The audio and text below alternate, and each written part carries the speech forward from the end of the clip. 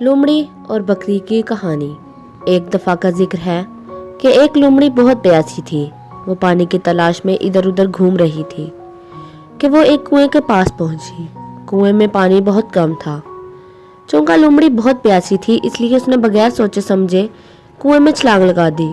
इसने पानी तो पी लिया लेकिन कुएं से बाहर ना जा सकी।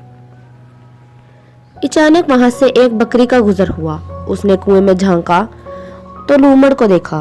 उसने लोमड़ी से पूछा, तुम यहाँ क्या कर रही हो?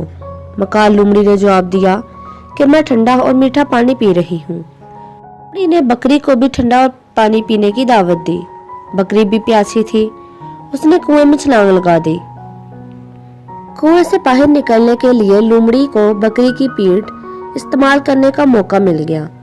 लोमड़ी बकरी की पीठ पर चढ़ गया और फौरन से बाहर छलांग लगा दी और जल्दी से दौड़ गया और बेवकूफ बकरी कुएं में ही रह गई। नतीजा, पहले सोचो फिर कोई काम करो।